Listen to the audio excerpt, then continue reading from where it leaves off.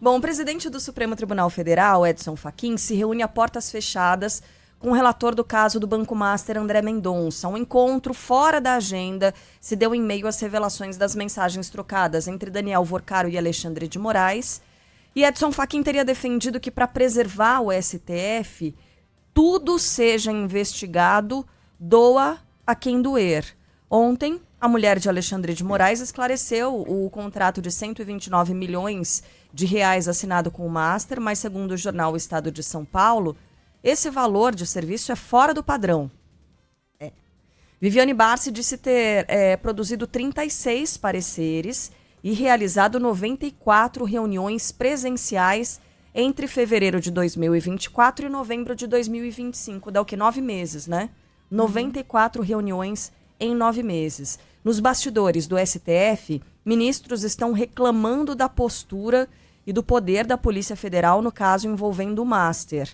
No fim da noite, André Mendonça autorizou que Daniel Vorcaro fale com os advogados sem a gravação das conversas. Ivan Brandão está por aqui para trazer todos os detalhes deste novo capítulo, dessa terça-feira que está só começando. Ivan Brandão, bom dia para você.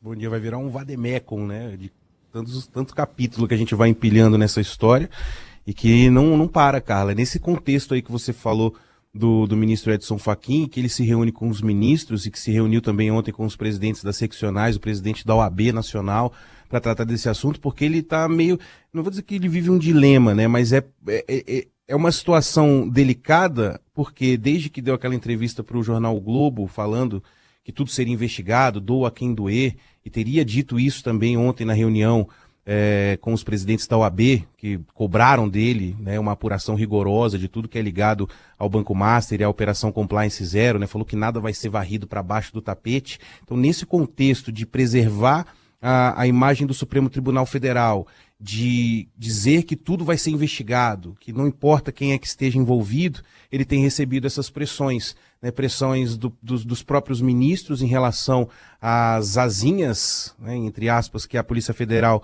está criando.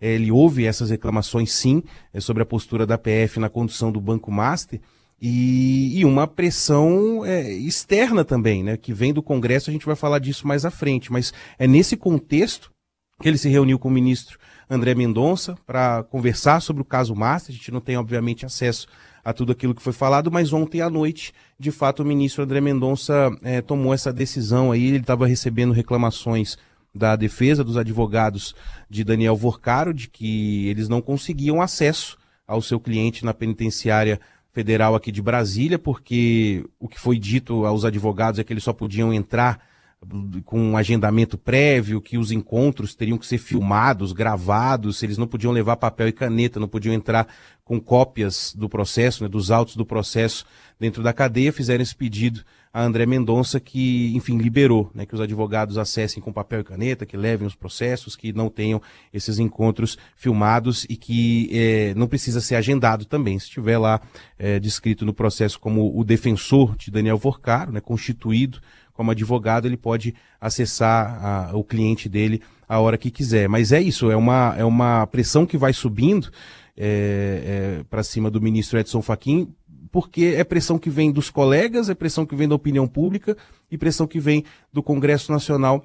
A gente vai falar logo mais. E essa pressão do Congresso, ela sobe justamente por causa desse ponto que você citou, desse novo capítulo, né? Finalmente, a esposa de Alexandre de Moraes, a Viviane Barsi de Moraes, detalhando, né, o que era o contrato que o escritório dela tinha com o Banco Master, de quase 130 milhões de reais para prestar consultoria, enfim, dar alguns pareceres para o banco. Disse ela que nunca atuou em nome, né, o escritório nunca atuou em nome do Banco Master em ações no Supremo Tribunal Federal, mas de qualquer forma é exatamente essa a apuração do jornal Estado de São Paulo, né, que consultou 13 escritórios de advocacia, todos eles, segundo a publicação, de renome, e para a grande maioria os valores que são praticados nesse contrato aí que foi divulgado pela esposa do ministro Alexandre de Moraes estão muito acima da média do mercado.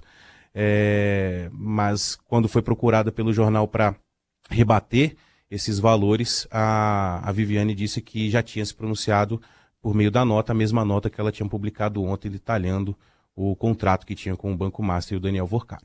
Ivan, você que é mais Deixa eu passado... fazer uma correção rapidinho. Pois não. Não são 9 meses, não. É de fevereiro de 24 a novembro de 25. Isso. Dá 20 meses, sei lá. Dados do PISA mostram que 90% dos Compreensão dos brasileiros jornalistas não para conseguem fazer fazer uma conta. conta simples. Por isso que eu não entrei nessa.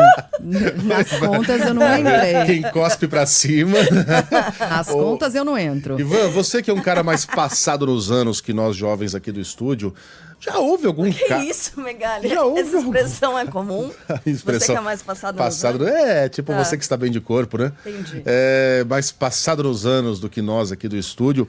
Você se lembra de algum caso em que um ministro do Supremo se viu numa situação parecida com essa, em que estava devendo explicações, né, públicas? Porque o ministro do Supremo ele não recebe voto, mas não é por isso que ele não deve explicações, ele deve, como qualquer agente público.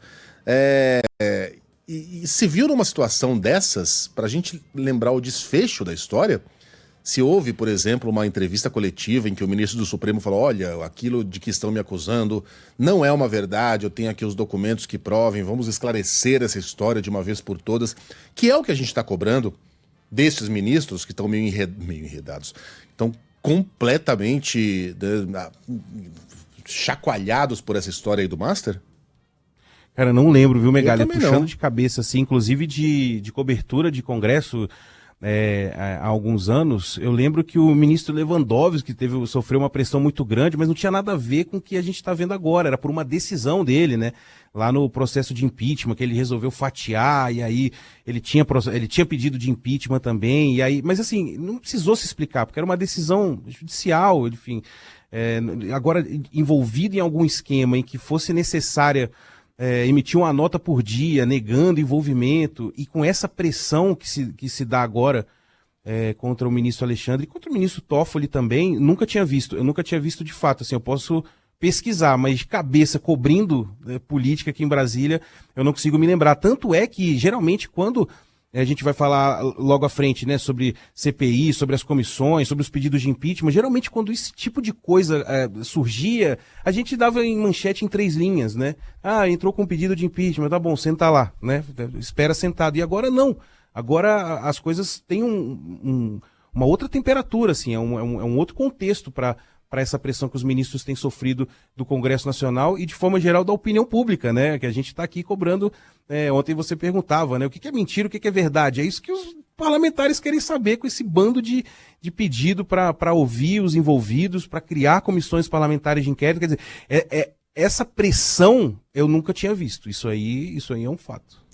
Antes não chegava, né? Não havia força para que essa pressão chegasse até os ministros, mas agora... Era até um desdém, né? Assim.